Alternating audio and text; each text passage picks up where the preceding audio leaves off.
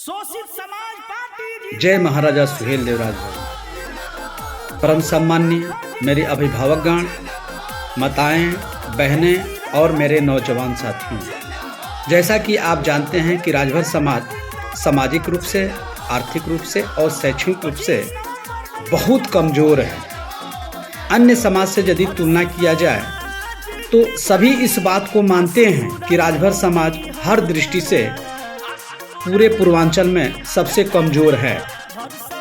मित्रों, ऐसे कमज़ोर समाज को आर्थिक उन्नति के लिए भारतीय संविधान में एक आरक्षण का प्राविधान बनाया गया है, अर्थात कि आरक्षण के द्वारा उस समाज को हम विकास के धारा में ला सकते हैं।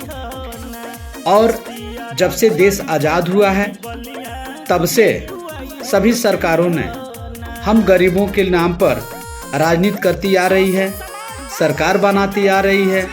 जब वोट की बात आती है तो सभी पार्टियों के सभी नेता इस बात को महसूस करते हैं कि राजभर समाज सभी दृष्टि से काफ़ी कमज़ोर है।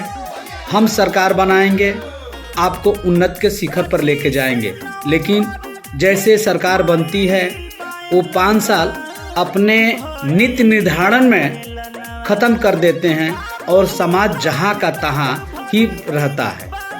मेरा मानना है कि सभी इस बात को मानते हैं। राजभर समाज भी महसूस कर रहा है कि हम सबसे गरीब है, सबसे पिछड़े हैं, सबसे अत्यंत निर्धन हैं।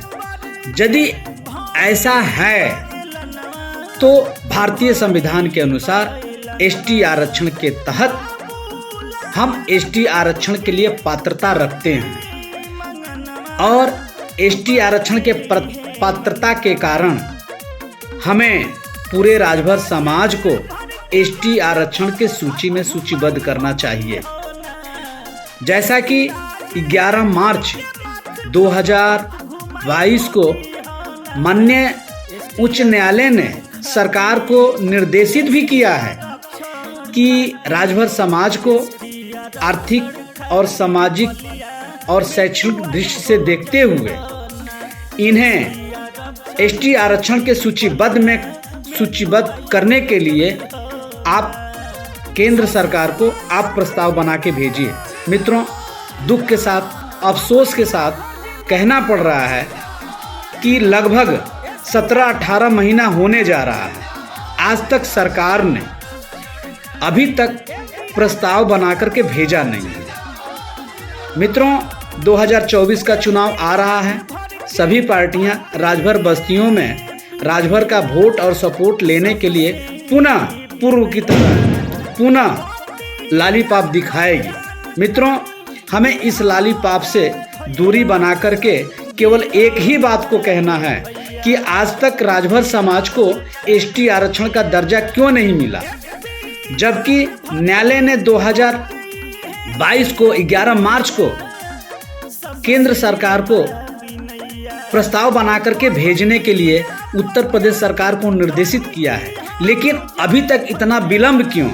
तमाम प्रश्न हैं मित्रों। इस तरह का प्रश्न हम आने वाले समय में, आने वाले चुनाव में अपने जो भी हमारे समाज के, जो भी हमारे पार्टी के जो भी लीडर आपका वोट और सपोर्ट लेने के लिए आ रहे हैं तो आप निश्चित रूप से उनसे सवाल और जवाब करिए। मित्रों, इसी आर्थिक रूप से, सामाजिक रूप से और शैक्षणिक रूप से हम कमज़ोर हैं। इस नाते हमारा अधिकार बनता है कि एसटी आरक्षण के सूची में हमको सूचीबद्ध करना चाहिए। मित्रों, लोकतंत्र में कागज का महत्व कम होता है और धरातल का महत्व ज़्यादा होता है। इसके मद्देनज़र सोसपा राष्ट्रवादी पार्टी के बैनर तले 25 नवंबर को बलिया कलेक्ट्रेट परिसर में एक दिवसीय धरना प्रदर्शन का कार्यक्रम आयोजित है, जिसमें आप सभी सादर आमंत्रित हैं। आप अपना बहुमूल्य समय निकाल करके 25 नवंबर को अपने भविष्य के लिए बलिया कलेक्ट्रेट परिसर चलिए और अपनी ज़बरदस्त उपस्थिति दिखा करके सरकार को चेतावनी देने का काम किया जाए। मित्रों, कि आप हमारी बात को मानिए और संविधान के अनुसार जो भी हमारी मूलभूत आवश्यकताएं हैं, हम एसटी की पात्रता रखते हैं, आप हमें एसटी की सूची में सूचीबद्ध करिए, फिर 2024 में आप हमारा वोट और सपोर्ट लीजिए।